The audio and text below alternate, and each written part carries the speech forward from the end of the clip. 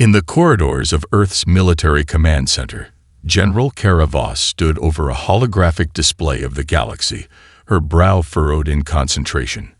The recent attacks, isolated at first, had escalated into something far more dangerous. Entire fleets had disappeared without a single distress signal. At first, it seemed like some new form of piracy, but the efficiency of the Noxians' strikes hinted at something far more insidious. The intelligence reports were clear. This was no random attack. Captain Marcus Rhodes, once a decorated officer known for his tactical genius, stood beside Voss, his expression grim. "We're losing contact with the colonies on the edge of the spiral arm. I've spoken to commanders on those fronts. They're reporting large-scale disappearances, entire fleets wiped out in minutes. We need to act before we lose everything." Voss nodded, her gaze unwavering as she studied the data. She had served in wars, fought against pirates, and quelled uprisings. But this was different. The Noxians didn't want territory or resources. They didn't want anything at all, except annihilation. The silence of the attacks, the absence of demands or communication, was the most terrifying part. There was no negotiation, no reason, only destruction. "Rhodes, what do we know about them?" Voss asked, her voice sharp. "Not much," Rhodes replied, eyes scanning the incoming reports. "They're unlike any species we've encountered. No communications, no diplomacy, just an endless barrage of ships that seem to appear out of nowhere. They operate with technology we can't even begin to understand. Our weapons barely scratch their hulls. It's as if they've known how to fight us for centuries." "Then how do we stop them?" Voss asked, turning her full attention to Rhodes. Her military career had taught her many things, but she had never faced an enemy like this. Rhodes hesitated, glancing at the data once more. "We don't have a clear way yet, but I've spoken to Dr. Elias Hanford. He's the leading expert on alien technologies, and I trust he's got some answers. If anyone can figure out how to fight them, it's him." Voss nodded. "Get him in here.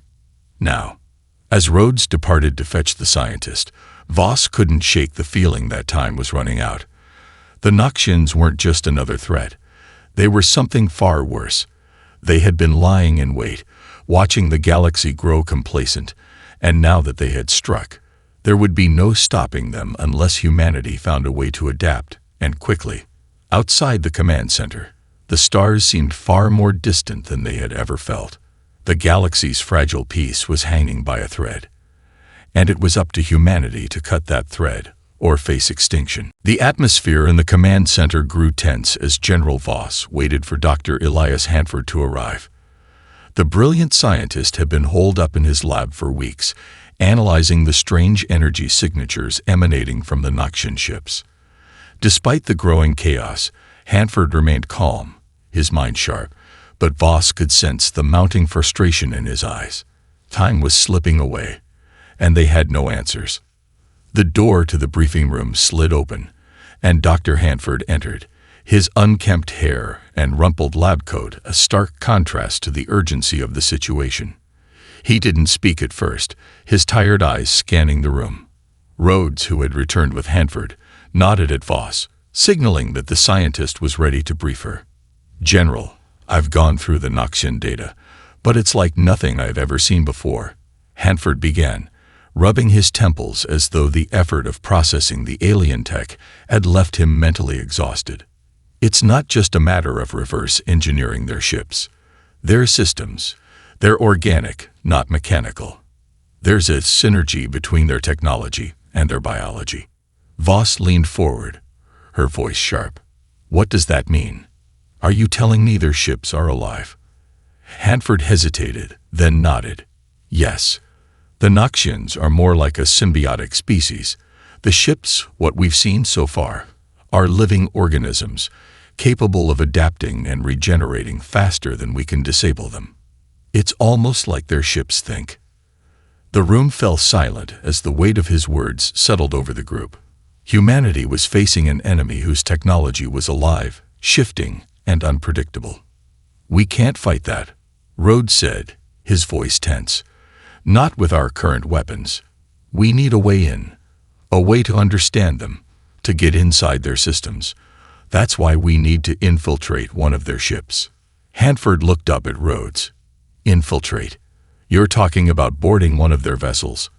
You have no idea what you're asking. We've seen what happens to ships that come into direct contact with the Noxians. Entire fleets vanish without a trace. I'm aware, Voss interjected, her voice firm. But if we don't take action now, we'll lose everything. If we can get inside one of their ships, even for a short time, we might be able to uncover their weaknesses, learn what makes them tick. We don't have a choice. Rhodes took a step forward, locking eyes with Hanford. We need your expertise. If there's a way to understand their systems, we'll find it. You'll help us. I know you will. Hanford hesitated for a moment longer, the pressure mounting on him. Finally, he nodded. All right. I'll start designing a plan. But we'll need a team capable of navigating Noxian technology. And we'll need an experienced pilot who understands the risks. I'll lead the team, Rhodes said immediately, his voice resolute. Voss nodded approvingly. Good. You'll have the best. You'll infiltrate. You'll get the intel. And you'll bring it back. This is humanity's last chance. As the plan began to take shape, a sense of urgency hung in the air. It was clear now. The fight for survival had begun, and humanity's best hope lay in the unknown. The Noxians might have the upper hand, but Rhodes and his team were ready to challenge them. At all costs. The days following the decision to infiltrate a Noxian ship were filled with frenzied preparation. Captain Marcus Rhodes, now leading the mission, gathered his team in a dimly lit briefing room. The crew was an eclectic mix of soldiers, engineers, and scientists, all united by one grim purpose: to learn the secret to defeating an enemy that seemed unstoppable. Dr. Elias Hanford, although his mind had been consumed with the science of the Noxians, was now focused on the task ahead. He had spent the last few days in a controlled frenzy, trying to design a device that could interface with the Noxian technology. He had a hunch that if they could learn how their ships communicated, they could exploit a weakness in their communications grid. But that was just a theory. None of them truly understood how the Noxians operated. Rhodes, we need to know what we're up against, Hanford said, his voice tight. The moment we board one of those ships, there's a very real chance we won't come back. These ships are not designed for human physiology. They adapt, they change, and they think. We're walking into a living nightmare. Rhodes nodded. We don't have a choice. If we don't find a way to fight them, we'll lose everything. This is our last shot. Voss, who had arrived to oversee the mission, stood at the back of the room, arms folded. Her role had shifted from strategist to observer. She had given her full support to the mission, but she understood the risks. Her soldiers, her people. She couldn't afford to lose another fleet, another commander. We'll have limited time on the ship, Rhodes continued, glancing over his team. The Noxians don't leave their ships unguarded, and if we're detected, there's no escape. But we've trained for situations like this. Hanford will provide the technical expertise, and the rest of us will ensure the mission goes smoothly. The team exchanged looks of determination, none of them willing to back down. The stakes were higher than they'd ever been, and every one of them knew it. This wasn't just about survival. It was about proving that humanity wasn't going to roll over and let an ancient race wipe them out. The mission was set into motion. Rhodes and his team boarded a small, stealth-capable shuttle designed for the infiltration. As they traveled toward the designated Noxian ship, a heavy silence filled the cabin. The blackness of space outside the windows felt suffocating, as if the void itself was pressing in on them. There was no turning back. Rhodes sat at the helm, his hand steady on the controls, though inside he was filled with a mix of fear and resolve. The Noxians had taken everything from humanity: their colonies, their fleets, their security. Now, they were taking the fight to them. As they neared the Noxian ship, a monstrous silhouette against the stars, the tension in the shuttle escalated. The Noxian ship seemed to pulse, its very presence exuding an oppressive weight that made the air feel thick. It was alive. They had all heard the reports, but seeing it up close made the truth undeniable. This was a living, breathing weapon, a creation of destruction. Rhodes' voice broke the silence. "Stay sharp, everyone. This is it. We either come back with the intel we need, or we don't come back at all." The shuttle silently glided toward the belly of the Noxian ship. Every heartbeat felt like an eternity as the team prepared for what would likely be their final mission. For humanity to survive, they had to succeed. There could be no other outcome. The shuttle's engines hummed with a low, menacing vibration as it slid toward the dark, pulsating belly of the Noxian ship. The crew's breath was shallow, their faces illuminated by the flickering light of the control panels, the silence between them oppressive. Captain Rhodes's eyes were locked on the approaching ship, the monstrous silhouette now filling the viewports. There was no turning back. "Approaching docking bay," he said in a voice that was calm, but it betrayed the weight of what was about to unfold. The Noxian ship, as massive as it was, felt more like a living organism than a vessel. Its surface was an iridescent black, with veins of glowing energy coursing across it like a beating heart. Rhodes couldn't shake the feeling that the ship was watching them, waiting for them to make a mistake. The shuttle systems pinged in warning, alerting the team that they were nearing the ship's outermost layer. Hanford was at the console, his hands flying over the keys as he tried to interface with the Noxian technology, his face pale. "Give me a moment," Hanford said, voice tight. "I'm trying to open the entry point without triggering the ship's internal defenses. These systems are not built for human interaction." Rhodes gripped the armrests of his seat, muscles tense as he glanced over his shoulder. The rest of the team was ready, their weapons at the ready and faces steeled with determination. They had trained for this. They were ready for anything. "Just make sure we're not detected," Rhodes ordered, his voice low and steady. Hanford's fingers paused on the console for a moment, and then the doors to the shuttle slid open with a hiss. The atmosphere inside the Noxian ship felt thick, the air charged with an alien energy. The team exchanged looks, but there was no fear in their eyes. "Not yet." "Time's up," Rhodes muttered, stepping into the unknown. The interior of the Noxian ship was nothing like anything they had expected. The walls were organic, pulsing with a strange rhythm, as if the very structure of the ship was alive. Soft, unearthly light filtered through the pulsating veins of energy that crisscrossed the walls, casting the space in an eerie glow. The air smelled faintly metallic, and there was an almost tangible hum, like the heartbeat of the ship itself.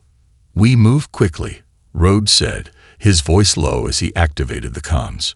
"Stay close, keep your wits about you, and don't touch anything unless I say so." The team moved cautiously through the labyrinthine corridors, weapons raised and senses on high alert. The ship seemed to shift around them as they moved, doors opening and closing seemingly at random, and strange, haunting sounds echoed in the distance. Hanford kept close to the front, eyes scanning for anything he could use to hack into the Noxian systems.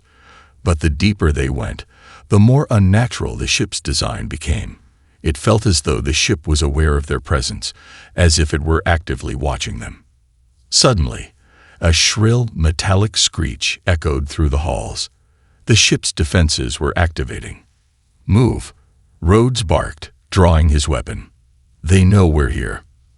The crew broke into a sprint, their footfalls echoing in the cavernous halls as the ship's systems began to react. Shadows flickered at the edge of their vision. Sentient defenses, perhaps, or worse yet, something far more dangerous. It was clear now that they weren't just infiltrating a ship. They were walking into a trap. The Noxians had known they would come. The Noxian ship seemed to come alive around them, its corridors twisting in impossible ways, as if the very walls were watching. The team pushed forward through the labyrinth, every footstep echoing ominously, every turn revealing more of the living, breathing nightmare they had entered. Rhodes led the way, scanning every corner, his weapon raised. He had known from the start that this mission would be dangerous, but nothing could have prepared him for the eerie intelligence of the Noxian ship. "We need to find the core," Hanford muttered, eyes glued to his console. "I can feel it. If we can interface with it, we can download critical data. That's our only chance." The ship's hum intensified, a low, guttural sound that reverberated through their bones. A harsh metallic screech broke the silence, and the walls around them seemed to ripple. The ship was reacting. "We don't have much time," Rhodes said, his voice low, his face set in grim determination. "Keep moving." As they rounded a corner, they stumbled upon a chamber unlike any they'd encountered. It was vast, stretching as far as the eye could see, with a central platform rising in the middle. The walls were lined with strange symbols, glowing faintly. At the center of the platform was a massive crystal, pulsating with an otherworldly light. Rhodes felt his breath catch in his chest. This was the Void Heart, the core of the Noxian intelligence, the key to understanding their power. But before they could approach, a sudden voice rang out from the shadows. "You shouldn't be here." The team spun around, weapons raised, but no one was visible. The voice was cold, detached, yet somehow familiar. "We've been waiting for you," the voice continued, and slowly a figure stepped out from the darkness. It was General Elias Karras, one of the highest-ranking officers in the Earth military, and a trusted ally to Voss. But there was no mistaking the coldness in his eyes, the predatory gleam that had never been there before. He was flanked by several armed soldiers, all wearing the insignia of the human resistance, an insurgent faction within Earth's ranks that had grown disillusioned with the war against the Noxians. Rhodes's heart sank as he realized the truth. Karras wasn't here to help them. He was part of something far darker. "You're working with the Noxians," Rhodes demanded, his voice a mixture of disbelief and rage. "How could you betray us?" Karras smiled, a twisted, almost manic grin. "You think I'm betraying you? You're the ones who don't understand. The Noxians have shown me the future. Humanity will never survive this war, but I have a plan. If we ally with them, we can save ourselves. They don't want to destroy humanity. They want to uplift us. I can help humanity evolve. We can be part of their new order. And you, Rhodes, are standing in the way of that." The betrayal hit Rhodes like a physical blow. The man who had once been a trusted leader, an ally in the fight for survival, had turned against them. It wasn't just a political move. It was a complete rejection of everything humanity had fought for. And worse, it meant that the Noxians weren't just invaders.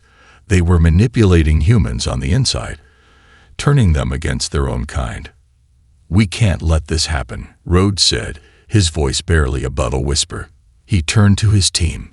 "We need to get out of here now." Before anyone could react, Karras's soldiers leveled their weapons. "You're not leaving," Karras sneered. "The Void Heart has already made its decision. Humanity is too flawed. This is the only way." Hanford's fingers moved quickly over his console, and with a sudden jolt, Baroom's lights flickered. The Noxian technology was reacting to the interference. The betrayal was about to have consequences.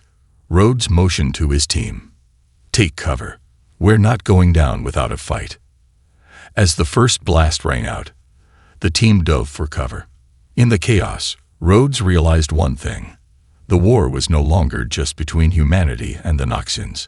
It was now a battle for the soul of humanity itself. The air crackled with tension as the first blast from Karras's soldiers slammed into the wall beside Rhodes, sending sparks flying in all directions.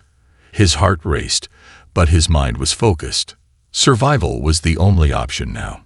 The betrayal had thrown everything into chaos, but there was no time to process it. The Noxians had already made their move, and if they didn't escape the ship, there would be no one left to fight for humanity.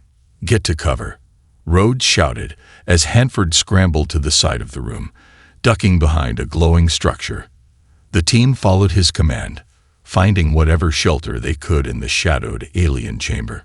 The weapons fire from Karras's soldiers was relentless, tearing into the walls of the room and sending dust and debris falling to the ground. "I'm trying to hack into their systems," Hanford called out over the chaos, his fingers flying across the console in a blur. "But the Void Heart is blocking my access. We need to destroy it, or they'll track us wherever we go."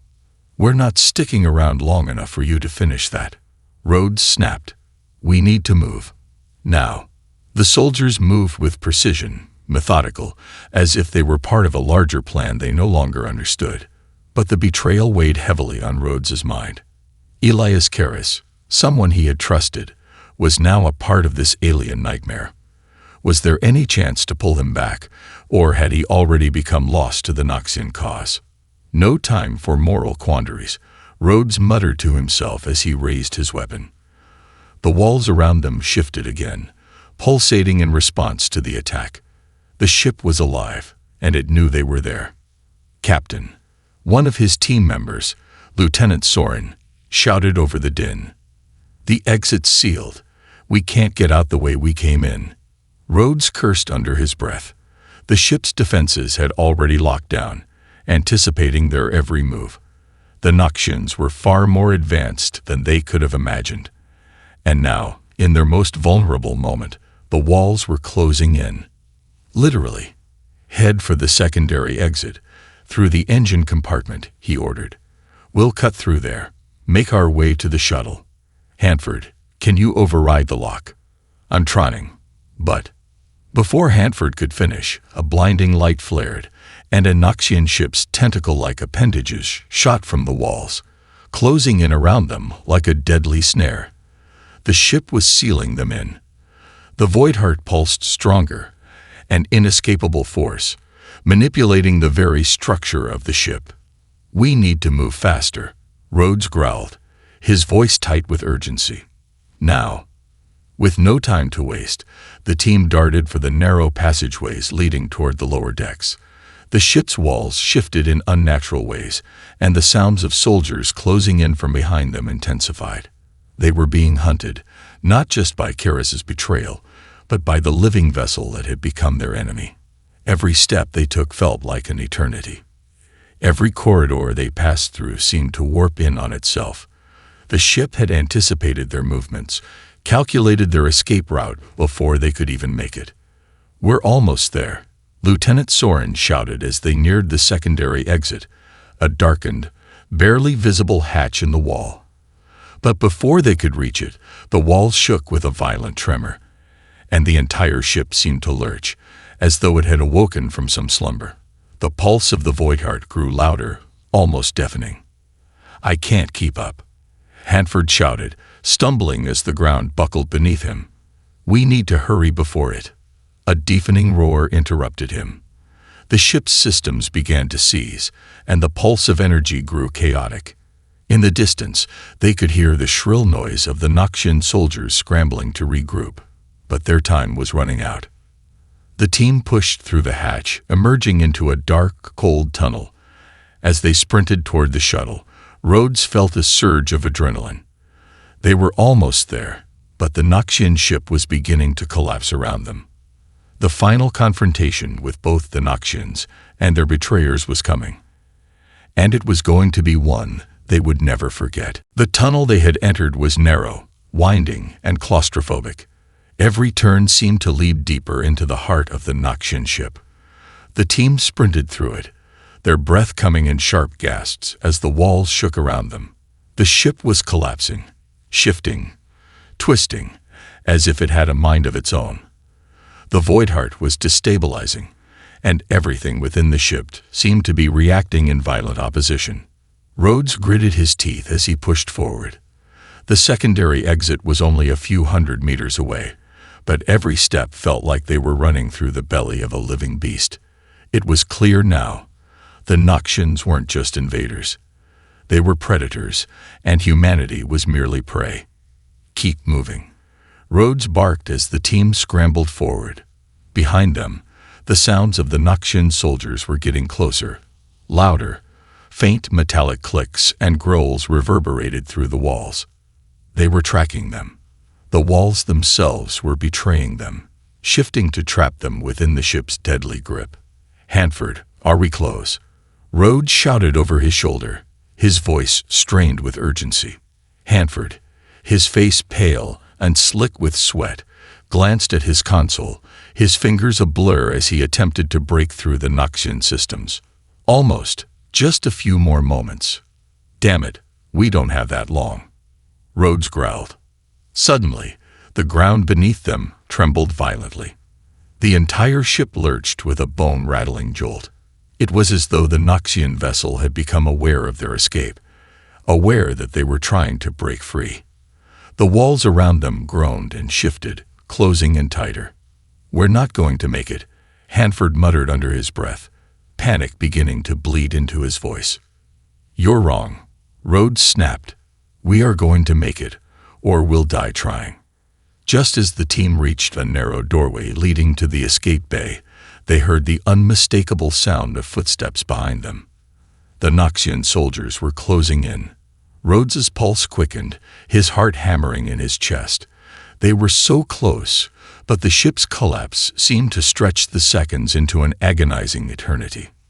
Without warning, the door to the escape bay slid open, revealing the shuttle. Their salvation. The vessel that would carry them back to the fleet. But as they neared it, the sound of familiar, heavy footsteps echoed across the corridor. Rhodes stopped short, his instincts screaming that something was wrong. From the shadows ahead, General Elias Karras emerged, flanked by several armed soldiers from the human resistance. The betrayal was complete. There was no hope left for redemption. "You're not going anywhere, Rhodes," Karras sneered, his voice cold. His eyes gleamed with a mix of madness and determination. "You think you can stop this? You think humanity has a chance? The Noxians are offering us the future, and you're too blind to see it." Rhodes's heart sank. The man he had once trusted, the man who had fought beside him, was now an enemy.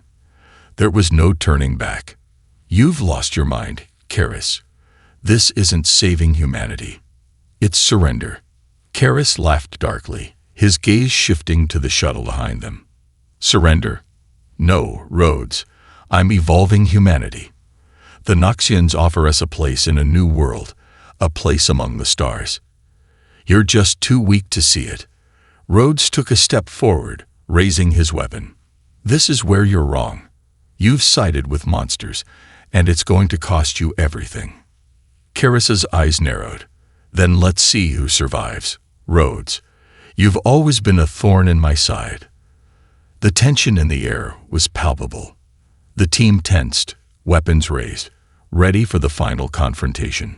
Time was running out, the ship's core still destabilizing, but there was no other choice. The fight for humanity's survival was about to reach its breaking point, and it would either end here, in this dark, alien vessel, or it would blaze a new path for the future. The moment hung in the air, thick with tension. Rhodes faced off with General Elias Karras, the man who had once stood beside him as an ally, now turned against humanity. The shuttle, their only chance of survival, was just beyond them. But with Karras blocking their way, the crew had no choice but to fight. "You're too late, Rhodes," Karras sneered, his hand gripping a Noxian-made energy rifle. "The ship's core is already destabilizing. There's no escape, no victory. Humanity's fate was sealed the moment you chose to resist." "Your betrayal won't save you, Karras," Rhodes shot back, his weapon trained on the general. "This isn't about survival anymore. This is about the soul of humanity, and I'll be damned if I let you sell it to those monsters." Karras's lip curled into a twisted smile, and he nodded toward the Noxian soldiers who stood behind him, weapons raised and ready. The resistance faction had been compromised, their loyalty now twisted into something unrecognizable. But what was more chilling than the soldiers was the realization that the Noxians were already playing their part, their control over Karras growing stronger with each passing second. "Then you'll die fighting for a lost cause," Karras replied coldly. He motioned to his soldiers, "Take them down." In a heartbeat, gunfire rang out, and chaos erupted. The team ducked for cover behind the narrow hallway's walls, exchanging fire with Karis's soldiers. The air crackled with energy blasts as the two sides fought, each desperate for survival. The noise was deafening, and the sense of time slipping away became even more pronounced. The Noxian ship was on the verge of collapse, and every second counted. Hanford fired off a few rounds, then turned back to Rhodes. The shuttle's locked down. I can't override the security from here. Rhodes's eyes burned with determination. We don't need to override the security. We need to break through. He turned to his team. Soren, cover the rear. Hanford, with me. We're taking the shuttle. Without hesitation, Hanford followed Rhodes as they sprinted toward the shuttle. Blasts from Noxian weapons tore through the walls around them, but the team pressed forward, desperate to reach the escape vessel. Behind them, the sounds of fighting continued, but Rhodes kept his focus on the prize ahead. The ship was collapsing, and it wasn't just their lives at stake anymore. It was the entire future of humanity. As they neared the shuttle, Rhodes slammed his fist into the control panel, and with a flash of sparks, the door slid open. "We're in. Get in," he ordered. The rest of the team followed suit, diving into the shuttle as the remaining Noxian soldiers charged forward. But they were too late. The shuttle door slammed shut just in time, sealing them off from the chaos behind them. Rhodes sat in the pilot's seat, his heart pounding in his chest as he powered up the shuttle. The escape sequence began, and the vessel's engines roared to life, vibrating beneath him. The shuttle slowly began to rise, tearing itself free from the collapsing Noxian ship. Behind them, the Noxian vessel shuddered violently. The Voidheart, its central core, exploded in a brilliant flash of light that rippled through the very fabric of space itself. The shockwave hit the shuttle moments later, rocking them as they punched through the atmosphere, heading toward the safety of the fleet. "We did it," Hanford breathed, his face pale but relieved. Rhodes looked back at his team, a silent understanding passing between them. They had made it. They had survived. But there was no time for celebration. They weren't out of danger yet. As the shuttle broke through the final layer of the Noxian ship's influence, Rhodes glanced at the stars ahead. The war was far from over. The Noxians were still out there, still threatening humanity's existence. But now, they had something they hadn't had before: hope. The galaxy's last hope. And as long as humanity stood united, they would fight. They would rise.